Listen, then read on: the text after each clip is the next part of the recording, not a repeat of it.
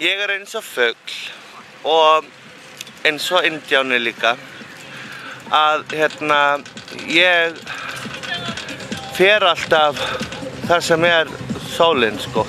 Ég elti sólina og þar sem sólin þá ég þar og þú veist, sólin fylgist líka vel með mér sko. Hún passar upp á að ég brenni mig ekki. Því að ég víkingur, þú veist. En svona þetta, það skemmtileg tónlist hérna í kringum hann og skemmtilegt bara líf.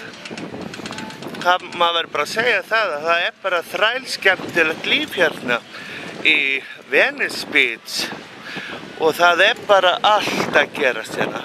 Áðan sá ég lögreglumann taka einn dópista og hann var bara algjörlega þú veist, handtekinn sko, sem var bara náttúrulega mjög gott á hann sko. Hann var ekkert að vera að selja á götunum og bara reyna, lögreglan búin að hreinsa rosalega mikið í Venice Beach.